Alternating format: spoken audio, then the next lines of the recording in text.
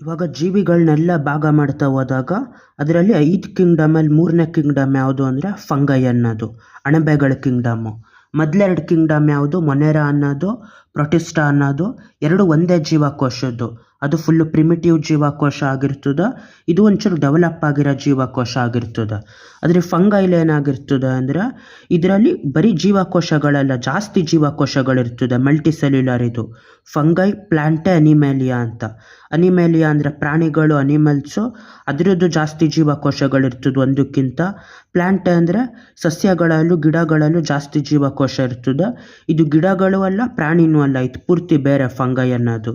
ಆಮೇಲೆ ಇದೇನು ಅಂದರೆ ಮಲ್ಟಿಸೆಲ್ಯುಲಾರು. ಈ ಎಲ್ಲ ಜೀವಕೋಶನೂ ಯುಕಾರಿಯೋಟಿಕ್ ಆಗಿರ್ತದೆ ಮಲ್ಟಿಸೆಲ್ಯುಲಾರಲ್ಲಿ.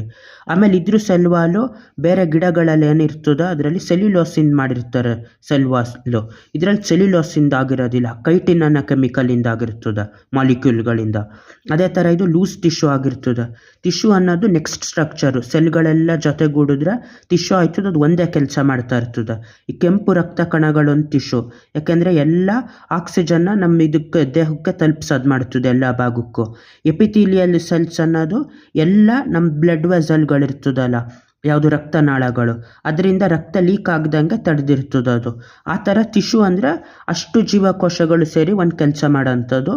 ಇದು ಲೂಸ್ ಟಿಶ್ಯೂ ಆಗಿರ್ತದೆ. ಇನ್ನು ಆರ್ಗನ್ ಅಂದರೆ ಅಂಗಗಳಿಗೆ ಅಷ್ಟಾಗಷ್ಟು ಇನ್ನೂ ಬೆಳೆದಿರೋದಿಲ್ಲ, ಇದು ಎವಾಲ್ವ್ ಆಗಿರೋದಿಲ್ಲ. ಆಮೇಲೆ ಇದು ಎಟರೋಟ್ರೋಪಿಕ್ಕು. ಇದು ಅಣಬೆಗಳು ಯಾವುದೇ ಕಾರಣಕ್ಕೂ ಅವೇ ಸ್ವಂತ ಆಹಾರ ಉತ್ಪತ್ತಿ ಮಾಡೋದಿಲ್ಲ. ಒಂದು ಸಾಪ್ರೊಫಿಟಿಕ್ ಆಗಿರ್ತದೆ, ಕೊಳೆತಿರೋ ಜೀವಗಳಿಂದ ಶಕ್ತಿ ಎಳ್ಕೊಳ್ಳೋದು ಮಾಡ್ತದೆ. ಪ್ಯಾರಾಸಿಟಿಕ್ ಅಂದರೆ ಒಂದು ಜೀವಿ ಬದುಕಿದಾಗಲೇ ರಕ್ತ ಹೀರ್ಕೊಳ್ಳೋದು ಮಾಡ್ತದೆ, ಏನು ಹುಳ ಇರ್ತದಲ್ಲ ಆ ಥರ.